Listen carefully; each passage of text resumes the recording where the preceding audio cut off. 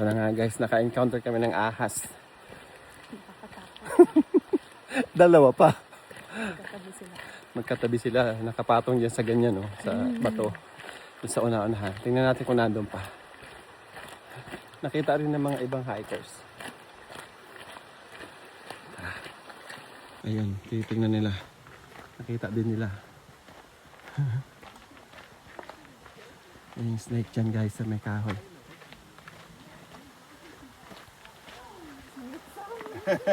Yeah, her daughter ran by too. She was like, nope, not having it. The one's getting ready to shed because his eyes are... Yeah?